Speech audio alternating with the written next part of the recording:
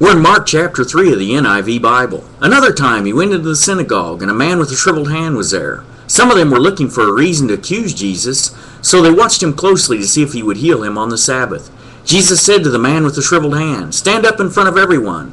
Then Jesus asked them, "Which is lawful on the Sabbath, to do good or to do evil, to save life or to kill?" But they remained silent.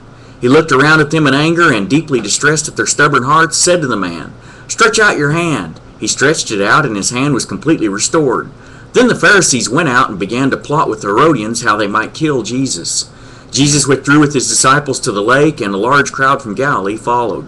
When they heard all he was doing, many people came to him from Judea, Jerusalem, Idumea, and the regions across the Jordan and around Tyre and Sidon. Because of the crowd, he told his disciples to have a small boat ready for him to keep the people from crowding him. For he had healed many, so that those with diseases were pushing forward to touch him. Whenever the evil spirits saw him, they fell down before him and cried out, "You are the Son of God." But he gave them strict orders not to tell who he was. Jesus went up on a mountainside and called to him those he wanted, and they came to him. He appointed 12, designating them apostles, that they might be with him, and that he might send them out to preach, and to have authority to drive out demons. These are the 12 he appointed: Simon, to whom he gave the name Peter, James son of Zebedee and his brother John. To them he gave the name Boanerges, which means sons of thunder. Andrew, Philip, Bartholomew, Matthew, Thomas, James son of Alphaeus, Thaddeus, Simon the Zealot, and Judas Iscariot, who betrayed him.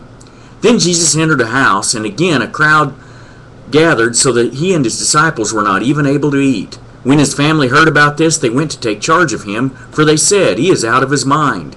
And the teachers of the law who came down from Jerusalem said, "He is possessed by Beelzebub. By the prince of demons he is driving out demons." So Jesus called them and spoke to them in parables. "How can Satan drive out Satan? If a kingdom is divided against itself, that kingdom cannot stand. If a house is divided against itself, that house cannot stand. And if Satan opposes himself and is divided, he cannot stand. His end is come.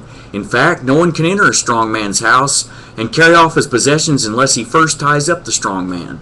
Then he can rob his house. I tell you the truth, all the sins and blasphemies of men will be forgiven them. But whoever blasphemes against the Holy Spirit will never be forgiven. He is guilty of an eternal sin."